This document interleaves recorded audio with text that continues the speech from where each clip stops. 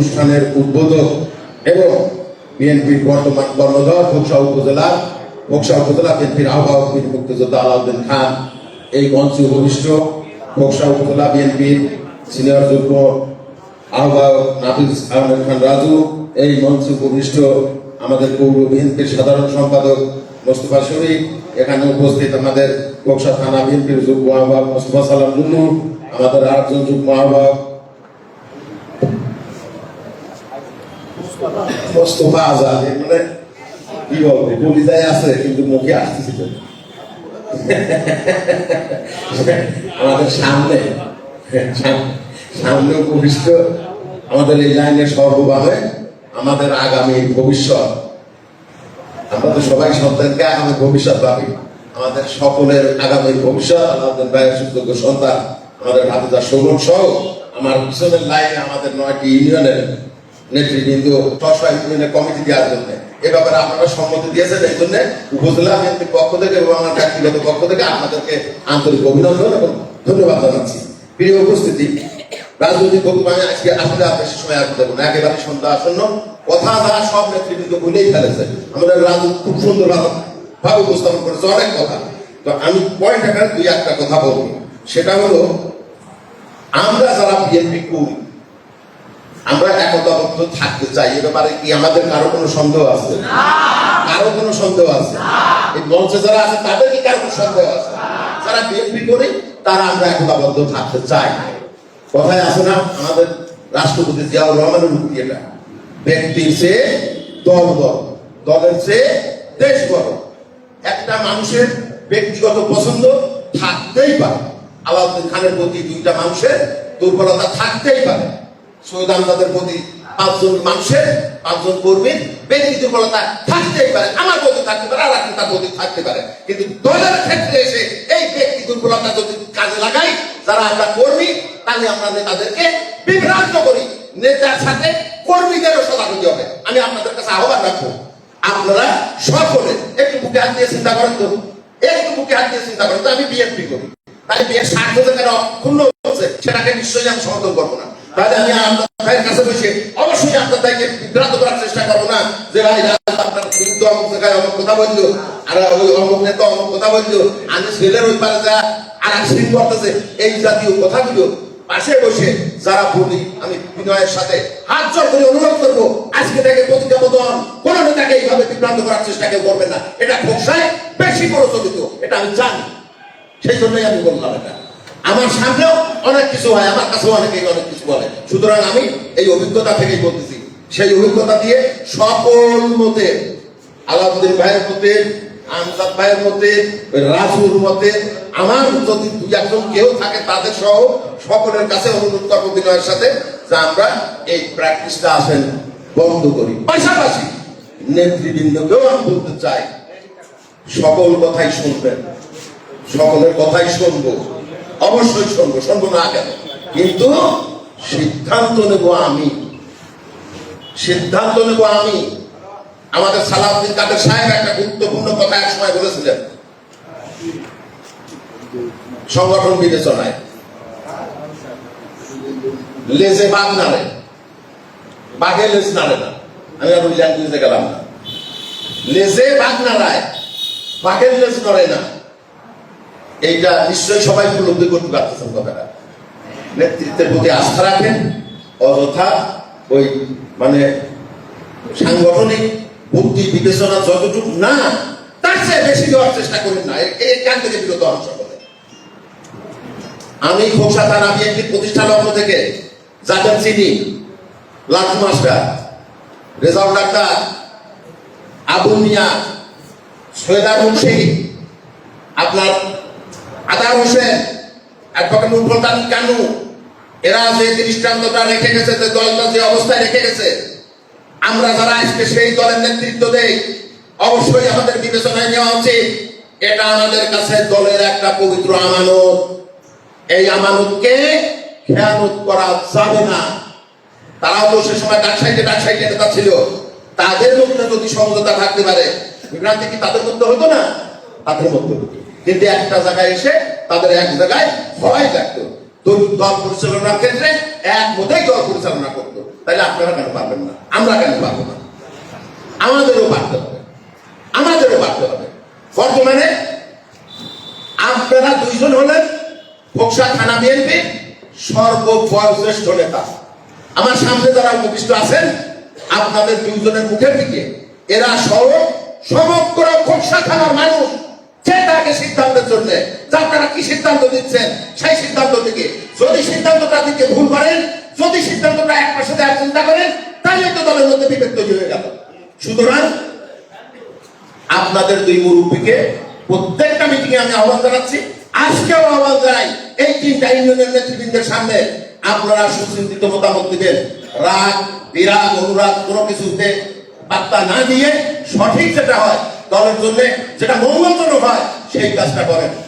তাইলে পরে দেখবেন সকল নেতা কর্মী আপনার পকেটে থাকবে। সকল নেতা কর্মী আপনি আনিসের হওয়ার দরকার নাই, আর একজনের রাজুর হওয়ার দরকার নাই, বা আর একজনের আমার হওয়ার দরকার নাই।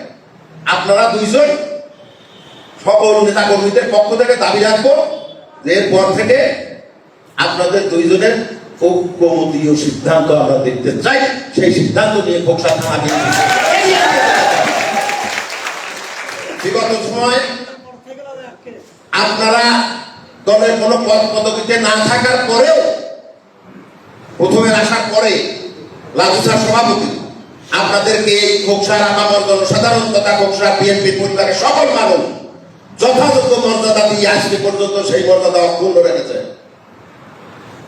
আমরা আশা করব এই বিএনপি পরিবারের কোন নেতা কর্মী আপনাদের কারোর আচরণে মুখ যেন ফিরিয়ে না নেয়, এটা আপনাদের কাছে বিনয়ের সাথে অনুরোধ থাকবে। আমার প্রিয় উপস্থিতি, আর একটি বিষয়, আওয়ামী লীগের অত্যাচার, নির্যাতন, নিষ্পেষণ, এটা তো সবাই আমরা খুব বেশি জানি।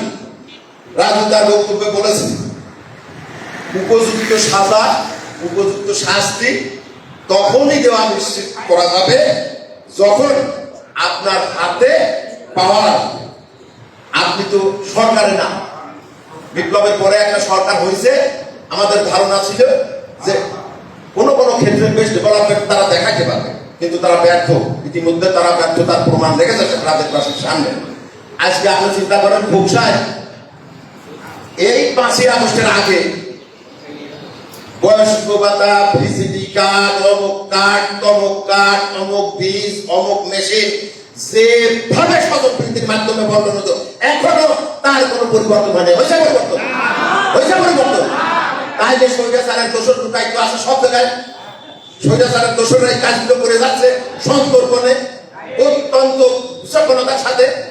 আমরা তাদের সেই কাজ করতে দিতে চাই না, এবং সেটা বন্ধ করা যাবে তখনই যখন একটা সাধারণ নির্বাচন হবে, আমাদের গভর্নমেন্ট প্রতিষ্ঠিত হবে এই দেশের সাধারণ মানুষের ভোটের মাধ্যমে, তখন এই কাজটা পাওয়া যাবে। আমরা যদি বিভেদ সৃষ্টি করে এদিক ওদিক থাকি, না পারবো ওই সমস্ত অপকর্মকারীদের অপকর্ম রোধ করতে, না পারবো আমাদের নেতা কর্মীদেরকে আগামী দিনে কোনো সাহায্য সহযোগিতার হাত বাড়িয়ে দিতে, দুই ক্ষেত্রেই আমরা ব্যর্থ হবে। তাইলে সেটা আমাদের জন্য লস। অতএব সব কিছু বিবেচনায় নিয়ে আমাদের সমস্ত দ্বিধা দ্বন্দ্ব ভুলে আমাদেরকে এক কাতারে ঐক্যবদ্ধ হইতে হবে। এক কাতারে ঐক্যবদ্ধ আমরা হয়েছি, আমরা এক কাতারে ঐক্যবদ্ধ হয়েছি। এই এক কাতারে ঐক্যবদ্ধ হওয়াটা আমাদের যেন ইনশাআল্লাহ লাস্টিং করে, সেই দোয়া আপনাদের কাছে চাই, সেই দোয়া করবেন। সেই সাথে আর একবার পুনর্ব্যক্ত করতেছি আমি, যার যেটা অভিজ্ঞতা নাই, যার যে ওজন না, সে সেই ওজন খাটাইতে আসবেন না দলে দলে। অনুরোধ করবো এটা আপনাদের সকলের কাছে। সৈয়দ আমজাদ সৈয়দ আমজাদি, আলাউদ্দিন খান আলাউদ্দিন খানি, আমি আপনাকে তাদের সমকক্ষ না। সুতরাং তাদেরকে প্রভাবিত করে দলকে মিসগাইড করবেন, তাদেরকে মিসগাইড করবেন, এইটা হতে দেবো না। যারা এই কাজে বিরুদ্ধ হবেন, খোকসা থানার সমস্ত বিএনপি নেতা কর্মীদের নিয়ে তাদের বিরুদ্ধে অবস্থান নেব। অবস্থান নেবে। ভিডিও উপস্থিতি, আজকে আমাদের শেষ পর্যায়ে বিদায়। আমি গতকালকে 2টা 4টা, আজকে সকালে 2টা 6টা, এখন 3টা, এই 9টা সম্মেলন সম্পন্ন করতে 9টা ইউনিয়নের আমার দলের নেতা কর্মীরা, সর্বপর্যায়ের নেতা কর্মীরা যারা জেল জুলুম খেটেছে দীর্ঘদিন, তাদের ঐকান্তিক প্রচেষ্টা এবং কালকের আমি তাদেরই সব দেখেছি, স্বাচ্ছন্দ্যতা বেশি দেখেছি।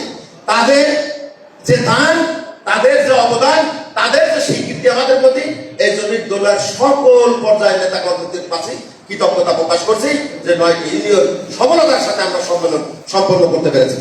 আমি সাথে সাথে একইভাবে কৃতজ্ঞতা প্রকাশ করছি আমার কুষ্টিয়া জেলা বর্তমান বিএনপির আহ্বায়ক কমিটির সংগ্রামী আহ্বায়ক এবং সদস্য সচিব 2 জনকে। তারা আমাদেরকে 3-4 বার টাইম ফ্রেম বেঁধে দিয়েছে, আমরা পারি নাই। আমাদের কিছু সহকর্মীদের বিরোধিতার কারণে আমরা নেতৃবৃন্দ একখানে হইতে পারি নাই। শেষ পর্যন্ত বাধ্য হয়েছি জেলার শরণাপন্ন হতে।